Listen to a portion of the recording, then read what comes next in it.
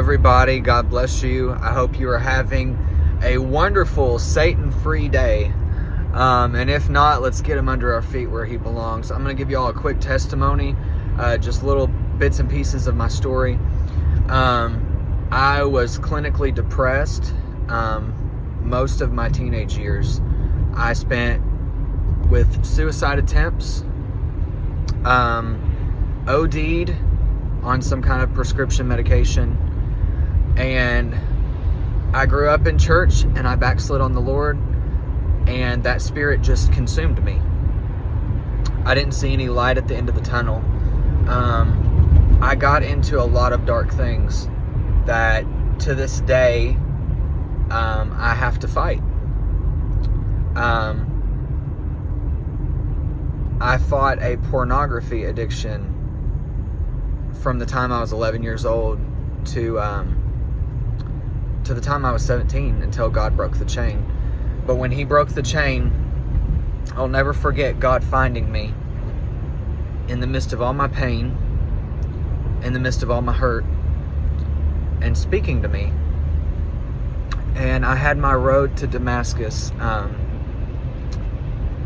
had my moment that Paul had, where God opened his eyes by making him blind. Sometimes God has to blind us and allow us to wander through the darkness. God didn't bring any of that on me, but God allowed me to be blinded so I could find him. And so for many years I wandered through that darkness wondering if God even loved me, and if he did, why did he let me deal with the stuff that I dealt with? And I had a lot of identity crisis situations come up in my life, a lot of situations the enemy tried to sift who I was. And I felt like a mistake. And I don't know who this is for, but maybe you're feeling like a mistake. Maybe, I can't even imagine not being saved in 2024, because as dark as it was when I was a teenager, I'm 24 years old now. I've been saved for many years now, but I've never seen a darker time than the time we're living in now. And I just came to tell you, if you're dealing with an addiction, God will come to you, because he came to me. We just have to be patient in learning what we need to learn. And it's really not that we don't have the tools already to fight off the enemy, but we give up on God.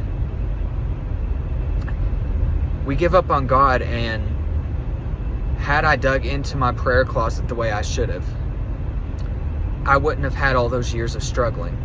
Had I stayed with God the way I should have, I wouldn't have ever opened those doors and had those battles. But the Lord spoke to me, and when he did, I knew he came to where I was, and I knew everything was going to change. I knew my entire life would never be the same. And he came to me and he showed me a stream, and he said, if you come to me, I'll keep you safe. I prayed the same prayer I prayed. It was nothing special. I prayed that prayer 1,000,000 times. But God broke those chains, and he spoke to me and reminded my spirit the reason I was struggling with addiction was not because I wasn't praying. Yeah, I ended up stopping praying.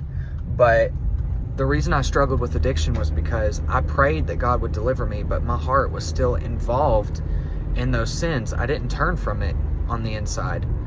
And when I fully turned my face towards God and turned my back on sin, that's when God turned all of hell away from me, and he broke those chains. And I'm not going to say I don't fight things, but can I tell you, God broke off the spirit of witchcraft off of me. God broke off demonic forces off of my life. God broke off depression and suicide.